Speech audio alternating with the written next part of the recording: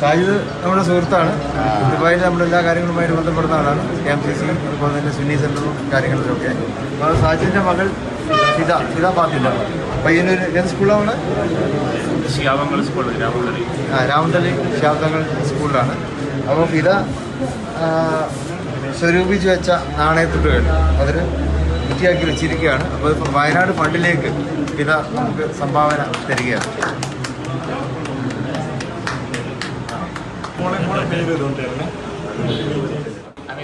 നമ്മുടെ പുത്തൂർപ്പള്ളിക്കൽ സ്വദേശിയും നമ്മുടെ വാർഡിൻ്റെ സ്വന്തക്കാരനൊക്കെയാണ്. അപ്പോൾ നമ്മുടെ വയനാട് ഇതിലേക്ക് 50 ലക്ഷം രൂപ ആയിട്ട് കൊടുക്കാനാണ് എന്നോട് പറഞ്ഞിട്ടുള്ളത്. എല്ലാവരും കിട്ടും.